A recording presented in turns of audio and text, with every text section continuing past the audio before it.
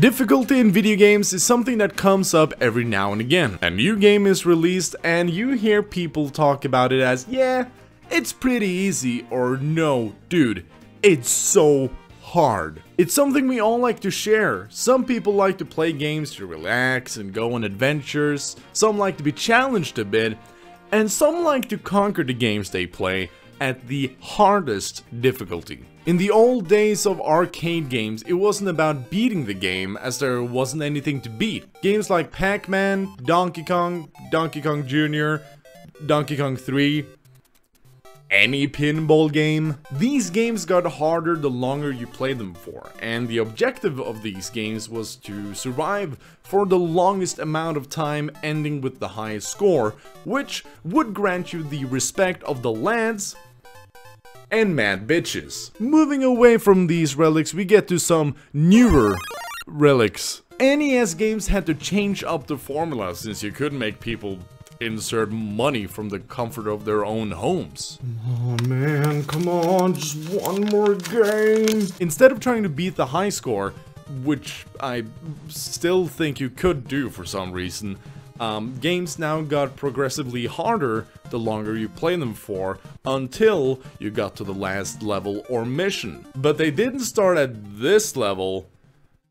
They started at this level. Ghosts and Goblins, Gradius, Ninja Gaiden, Mega Man, Contra, these are difficult games. Even with the goddamn Konami code, up, down, fuck me, left, right. Of course there are exceptions. Games like Punch-Out had a cool progression system ranging from easy peasy lemony snicket squeezy to fuck you Nintendo.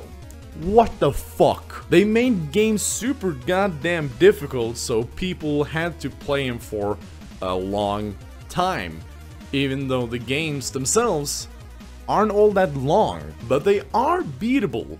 Like, did you know that Dr. Mario has an ending? Me neither, but because of the Nintendo NES archive, I now know that. Every game labeled SP, that's special, lets you play old games right at the end and let you beat them and make you feel like you beat them for real. But you didn't. You didn't. Eventually, we got to choose a difficulty ourselves. That's right, we've got sovereignty! Now you're able to enjoy games the way you want to. Games like Contra 3, Super Ghouls and Ghosts, and Street Fighter 2 Turbo now lets you go into the settings and give yourself more lives, continues, and set the game difficulty. Not every game gets a difficulty setting, of course. Game developers, they tend to do what they want to, but the ones that do include a difficulty setting, they set us up for some discussions. Take for example Streets of Rage 3, a game about beating up bad boys and bad girls across the set from the Warriors. You have the option to play the game on easy, but when you get to the end, you can't go further to the real end. So bad players can't beat the game. Nice! By the way, this is me. I'm the one playing here, and it actually took me a couple of hours to get to this point. I used up all of my continues, almost all of my lives. I mean, it's hard. It's hard, alright? Other games also shame you for picking the easy options, such as Doom, which ranges from I'm too young to die to Nightmare. That's not even the worst one. Wolfenstein The New Order's easy mode is called Can I Play Daddy? Like, I have that kink. Don't make me feel bad for having that kink. I do like that the easy mode is called just baby mode and the hardest difficulty is just German. So if games themselves mock you for picking the easy option, what do you think gamers are gonna do? With this difficulty choice comes gamer elitism. Ooh, that's right. It's here. It's square, and I'm not used to it. There's a reason videos like 10 achievements every true gamer should have exists, and I'm tired of it. And so is Frank7G, because difficulty in video games doesn't matter. That's the title. Why do we have difficulty settings in games? Because different people want to play differently. Some people like to be challenged more than others. What does choosing a harder difficulty really do? It might give you less health, make so you take on more damage, give the enemies more health, or give you less items or ammo. But games are built on one principle, and that is that they are beatable. In BioShock, the enemy AI is programmed to miss the first shot they shoot out, even at point-blank range. It's implemented to make sure that the player is paying attention. Certain games that are labeled as hard games are still meant to be beaten. Like the Dark Souls series has a reputation of being really difficult, so far as to call other games Souls-like games, but they are still meant to be beaten. And while we're on the topic,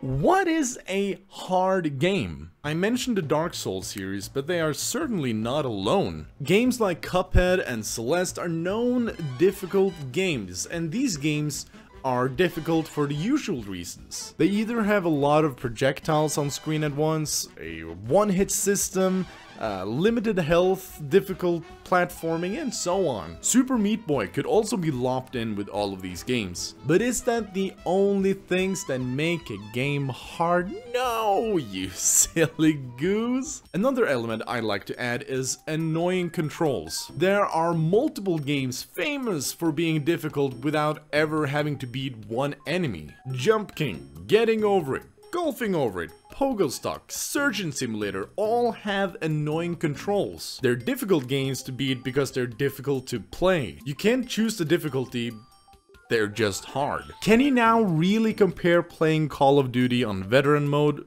to playing Getting Over It? Can you really objectively say which one's the most difficult? And speaking of games that are difficult to compare, what about multiplayer games? But what about fighting games? These games' difficulty comes from the skill level of other players. If they're better at the game than you, the game is just harder. Okay, like my brother-in-law absolutely smokes me in Tekken, but I absolutely roll him in Super Smash. Is Tekken a harder game than Super Smash? Whenever I get smoked in CSGO or Valorant, is the game testing me on my skills? Not really. If you play a game for a long time and you actively try to get better, you will get better. The games aren't harder than any other games, it's just a matter of which game you gravitate towards. Can we now then distinguish between the game difficulty of BioShock Infinite's 1999 mode, Surgeon Simulator, and Tekken?